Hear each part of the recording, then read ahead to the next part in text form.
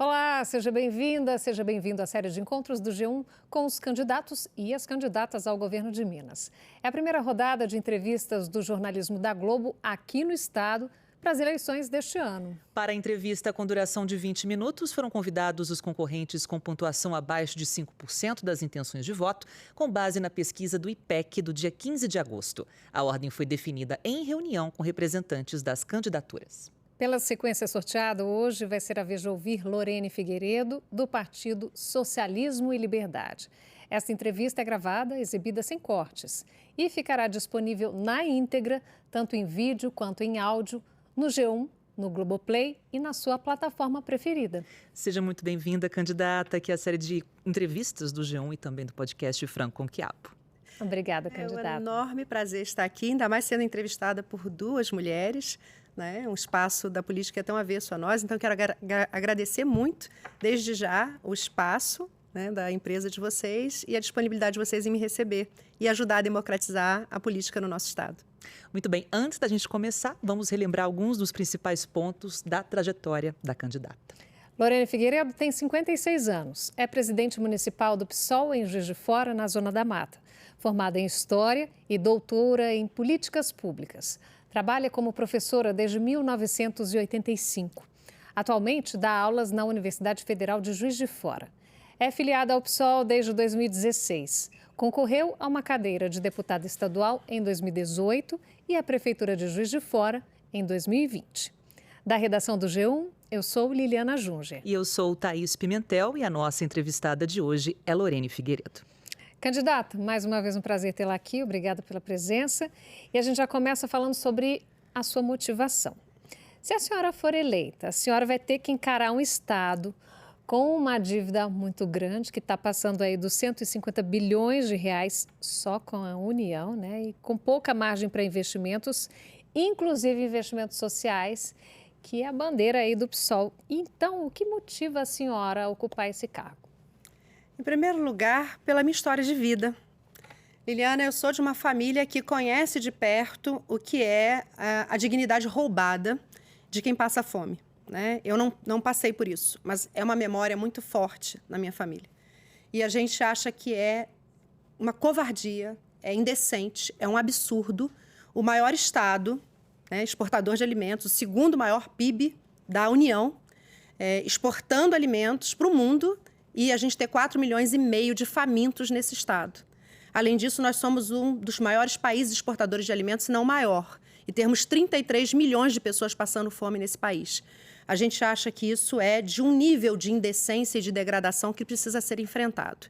E como nós estamos numa eleição que é um marco político, né, na história recente da República desse país, talvez a eleição mais importante desde a redemocratização, o PSOL, que é um partido, né, que tem uma trajetória de compromisso com as lutas sociais, não poderia deixar de apresentar uma candidatura de esquerda e uma alternativa para enfrentar esse grande problema que é a fome, a pobreza e a miséria no nosso país e no nosso estado em particular. Como a senhora enfrentaria a fome, então, aqui no estado? Então, em primeiro lugar, a gente vai recuperar aqui a memória de Betinho. E Betinho dizia que quem tem fome tem pressa. E é necessário que isso se torne, talvez, a coisa mais importante a fazer.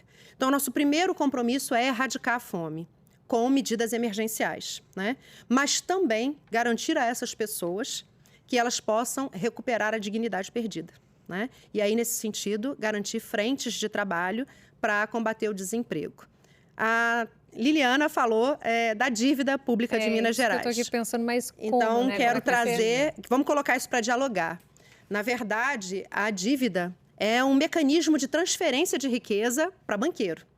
É um mecanismo que favorece os grandes especuladores nacionais e internacionais. A dívida pública de Minas Gerais tem, na sua maior parte, 71% talvez, com a União, né? Além disso, com bancos públicos. E uma parcela muito pequena, menos de 15%, é com instituições privadas. Então, é perfeitamente possível discutir essa dívida em patamares que sejam interessantes para o povo de Minas Gerais. E a gente precisa também fazer uma avaliação desses contratos. A dívida pública foi contraída em que termos? Com que remuneração de capital? Com que taxa de juros? Com que critérios de pagamento? Existem contratos que são muito lesivos aos interesses do povo de Minas Gerais. E eu preciso destacar aqui que o secretário de administração do governo Zema foi o mesmo que faliu o Rio Previdência. Então, nós ainda estamos lidando com pessoas que são especialistas em quebrar contas públicas e favorecer banqueiro. Nós queremos rever esses contratos, queremos auditar a conta, queremos negociar com a União em termos favoráveis para Minas Gerais, já que é a nossa principal credora, né? E fazer isso através de uma interlocução, criando um fórum de governadores, para que a gente possa, então, garantir as condições de financiamento do Estado, que deve ser o grande promotor do desenvolvimento. Bom, falando um pouquinho de partidos também, as pesquisas apontam o governador Romeu Zema, do Novo, e Alexandre Calil, do PSD, em primeiro e em segundo lugares, respectivamente. O PSOL, partido da senhora, forma uma federação com a Rede, que já anunciou apoio ao ex-prefeito de Belo Horizonte. Em um eventual segundo turno, a senhora também iria apoiá-lo no palanque? Bom, em primeiro lugar, nós entendemos que é nossa tarefa histórica lançar uma candidatura. E também sabemos que as pessoas que ocupam a máquina do Estado e que são, portanto, mais vistas na mídia, né, são aquelas que tendem a ser as preferidas. Por isso, inclusive, que esse espaço é tão importante, para que a gente possa democratizar o acesso à informação e o debate democrático. Evidentemente que nós estamos ainda no meio do jogo e a gente espera crescer bastante nessa eleição, porque nós temos uma proposta coerente e consistente para os problemas de Minas Gerais. Evidentemente que numa situação de segundo turno, nós sabemos muito bem de que lado nós temos que estar da história. Nós temos como principal tarefa nessa eleição derrotar a extrema-direita, derrotar o ultraliberalismo, que é o principal promotor da tragédia recente desse país, né? Do aprofundamento da crise econômica, que já era anterior à pandemia, né? Do negacionismo que levou a 680 mil mortos no nosso país, que inclusive eu espero que respondam por crimes contra a humanidade, e pretendemos também ajudar a derrotar o seu principal aliado em Minas Gerais, que é Romeu Zema. Aliás, o fascismo de Bolsonaro concorre aqui com 2 cavalos corredores, né? Um azarão, que é o Viana, e o principal aliado, que é Romeu Zema. Nós queremos derrotar ambos, porque entendemos que eles são lesivos aos interesses nacionais e aos interesses do nosso Estado. Então, no segundo turno, a gente não tem dúvida de que lado da história nós vamos estar. O pessoal até hoje tem sido coerente, não errou e não errará dessa vez. Vamos falar dos servidores? A senhora é professora desde 1985, né, com passagens, inclusive, na rede estadual de ensino. Eu queria saber qual é a proposta da senhora para os servidores da educação que estão reivindicando o pagamento do piso salarial nacional. Obrigada pela pergunta, Liliana. Eu quero aproveitar para mandar um enorme abraço, com todo o respeito, com todo o carinho, por todos os meus colegas da rede estadual de Minas Gerais e das redes municipais do estado de Minas Gerais. Nós temos mais de 26 mil escolas públicas nesse estado. Nós somos uma potência, né, de educação e de formação, lamentavelmente degradadas pela destruição ao longo das últimas décadas, né? Desde os anos 90 para cá, que a gente vive um processo, e isso é obra de pesquisa minha de doutorado, uma destruição progressiva da rede pública de ensino e dos equipamentos de direitos sociais. Fiz muito acampamento na Praça da Assembleia Legislativa com os meus companheiros do Sindiúte. Em primeiro lugar, é um escândalo. É um escândalo que o governador não pague o piso salarial nacional. E isso não tem nada a ver com as contas públicas, até porque os recursos para pagamento dos servidores do magistério vêm de um fundo nacional, que é o Fundeb, né? E a gente sabe muito bem que, inclusive, nos últimos anos, os governos não têm cumprido o mínimo constitucional de investimento da responsabilidade do Estado, tanto na saúde quanto na educação. Então, é muito simples. A gente usa o fundo para pagar os professores, paga o piso salarial nacional, né? Aí aplica o mínimo constitucional, um mínimo, né?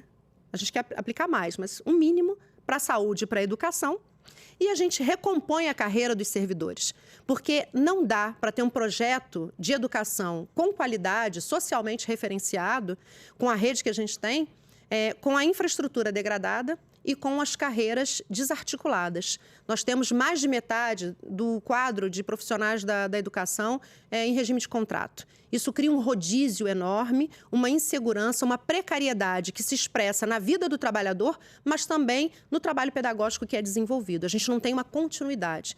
E para a gente ter educação de qualidade, a gente precisa garantir a qualidade também do trabalho, do posto de trabalho que o servidor está acessando. Falando na educação, então, candidata, caso seja eleita, a senhora vai ter que lidar com a evasão escolar? Sim. Entre 2020 e 2021, períodos da pandemia, né, houve redução de 9% no número de matrículas de jovens nesta etapa, segundo o Instituto Nacional de Estudos e Pesquisas, o INEP. Como atrair estes alunos de volta à sala de aula? Nesse período, nós tivemos também um aprofundamento da crise econômica, né? A maioria dos lares brasileiros teve que lidar com a perda de postos de trabalho. Em Minas Gerais, as mulheres foram as mais prejudicadas com essas perdas. Mais de 60% dos postos de trabalho perdidos são de mulheres. E nesse setor de mulheres pretas, periféricas, né, que são as famílias que são imediatamente atendidas pelas escolas públicas, né? São escolas em que as crianças ficaram órfãs, né? Os adolescentes tiveram que parar de estudar para trabalhar e ajudar a recompor a renda familiar. Então, em primeiro lugar, a gente tem que atender esses alunos, esses estudantes, com um conjunto de equipamentos de política pública, né? Então, é a assistência social, é o acompanhamento, é a educação integral, é a saúde, né? A unidade básica de saúde inserida no território, atendendo essas famílias e garantindo que seja possível recompor a renda familiar, né, para que esse estudante possa voltar para a escola. E também enfrentando a destruição do ensino médio. Porque o ensino médio hoje não é atrativo, não é interessante, ainda mais com a reforma, né, que criou percursos formativos extremamente limitados e lesivos à formação integral, que é o que nos interessa. Vamos falar de emprego, candidata? Vamos. A senhora já disse que a classe trabalhadora tem interesse nessa eleição. Que bom, né? Apesar da queda no desemprego apontada pelos números oficiais aqui no estado, a informalidade está em torno de 40%. E como trazer esses trabalhadores para o mercado formal? Bom, em primeiro lugar, a gente precisa discutir essa questão da queda do desemprego. Porque os números podem ser interpretados de maneiras diferentes. Mas né? são os números então, oficiais segundo, que temos. Sem dúvida, não estou questionando a sua lisura, não, Liliana. Não, nem eu, estou só comunicando à senhora que são os números oficiais. Em relação a gente pode trabalhar com os dados do Observatório do Trabalho, aqui de Minas Gerais, do próprio IBGE, do IPEA. O que tem acontecido muito é as pessoas estão desistindo de procurar o trabalho, que é o desalento, né? Então, quando as pessoas param de procurar o trabalho, a gente também não tem os dados mais fidedignos, né? A questão do desemprego é muito séria para nós. Eu estava conversando mais cedo com o pessoal no Diário do Comércio e eu estava citando o Gonzaguinha, né? Eu estava citando uma música que o homem se humilha, se castram seus sonhos. Seu sonho é sua vida e a vida é o trabalho. Sem o seu trabalho, um homem não tem honra. E sem a sua honra, se morre e se mata. Não dá para ser feliz. Né? Então, o desemprego para nós é uma questão também de primeira hora. Como que a gente trabalha com isso? Nós precisamos recompor os equipamentos de políticas públicas e a infraestrutura do Estado, né? Então, a gente pode abrir frentes de trabalho. Veja você, para a gente recompor a malha rodoviária, que eu nem defendo rodovia, eu defendo ferrovia, mas para recompor a malha rodoviária, bastam 11 bilhões. Parece muito, mas se você pensar que Zema quer gastar 6,9 bilhões com Rodoanel, que Viana, junto com Zema, querem doar para uma empresa privada administrar os trens urbanos de Belo Horizonte 3,2 bilhões e que ele quer investir 1,9 bilhão numa única estrada de Minas Gerais para entregar para pedágio, para privatização, a gente tem recurso. Isso é uma frente de trabalho maravilhosa para combater o desemprego.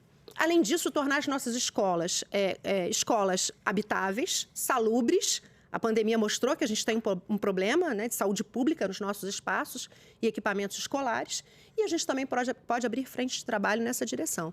Então, existem possibilidades. E a gente pode estabelecer uma interlocução com os pequenos, micro e médios empresários, que são, na verdade, aqueles que mais empregam, para que a gente possa recompor as condições de vida e de trabalho da classe trabalhadora de Minas Gerais. O combate ao trabalho escravo também é uma das prioridades da senhora no plano de governo. Sem dúvida. Aqui em Minas Gerais, né, o estado que mais teve trabalhadores resgatados em 2021, 768 no total.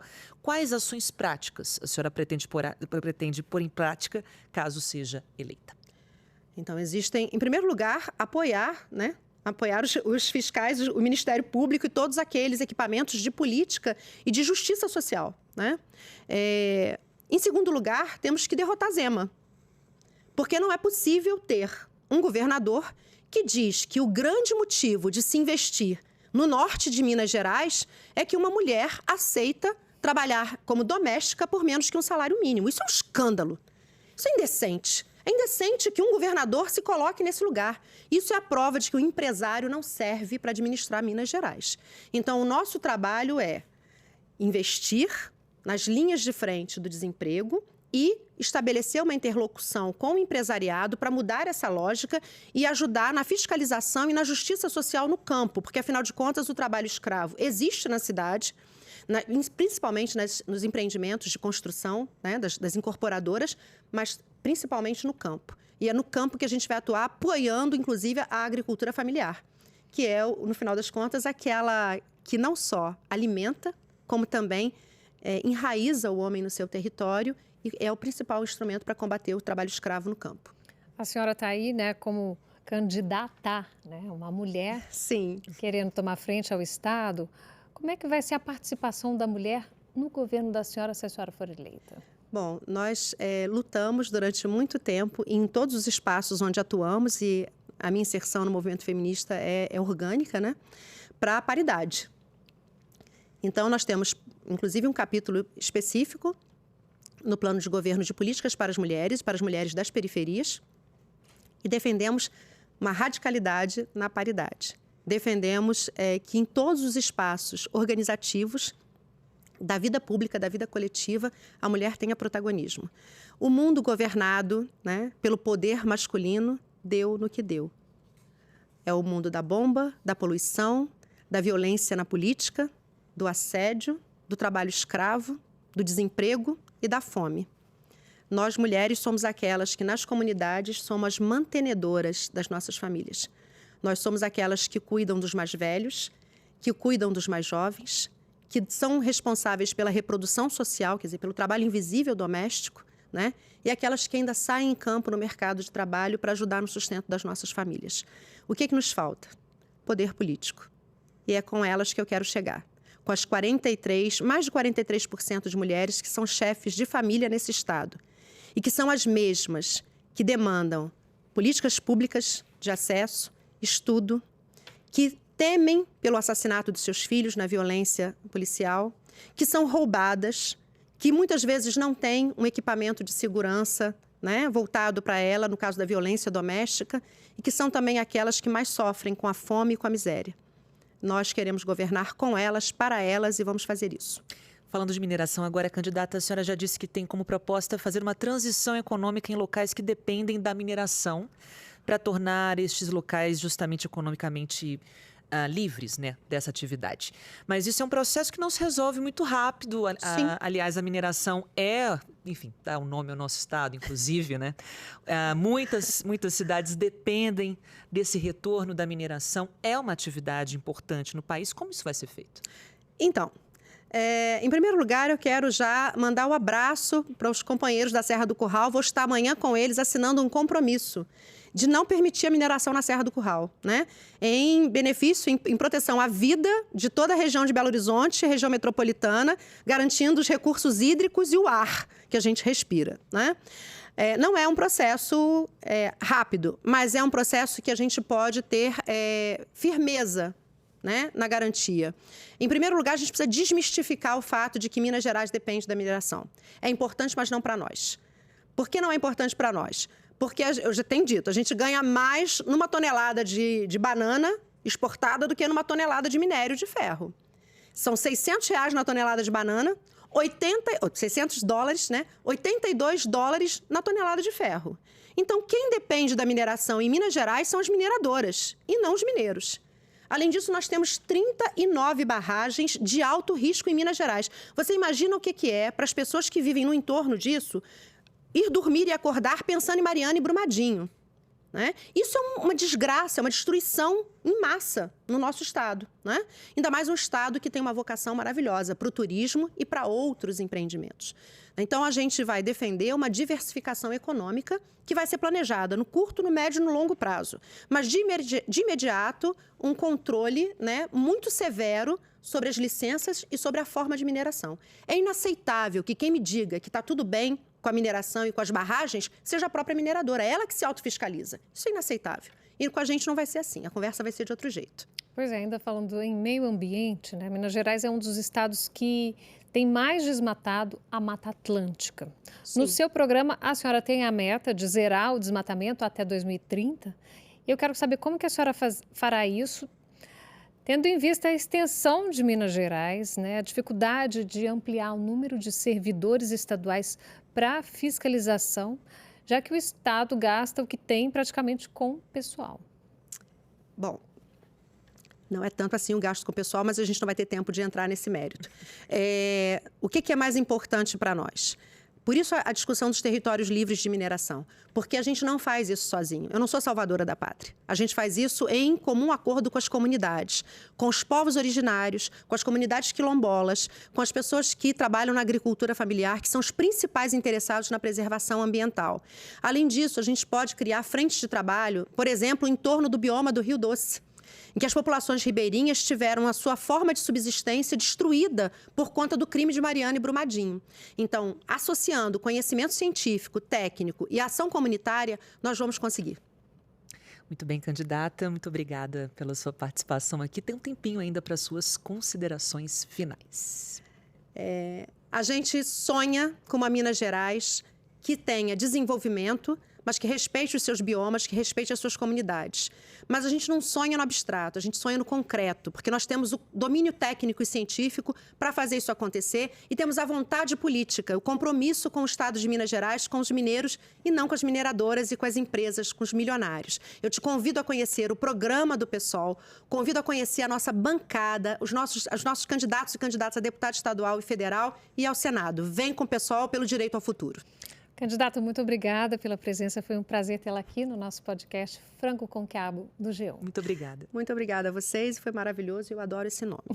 Já sou fã. Ai, que bom. Termina aqui mais uma entrevista da série especial do podcast Frango com Quiabo com os candidatos e candidatas ao governo do estado. É a nossa contribuição para o debate de propostas e ideias, sempre com o objetivo de informar bem o eleitor. A íntegra da conversa de hoje fica disponível no G1, no Globoplay e na sua plataforma de áudio preferida. Os créditos para a equipe deste trabalho são coordenação de conteúdo, Leonardo Medina. Pesquisa, Cíntia Neves, Patrícia Fiuza, Denner Alano, Rodrigo Salgado e Fernanda Torquato. Sonoplasta, Breno Amorim. Diretor de imagem, Lincoln Dias. A editora-chefe do G1 é Cláudia Croaitor. E o diretor do G1 é o Renato Franzini. Chefe de redação, Virgílio Gruppi. Diretor regional, Marcelo Moreira. A direção de jornalismo da Globo é de Ricardo Vilela. E o diretor responsável é o Ali Camel. Até a próxima. Até a próxima.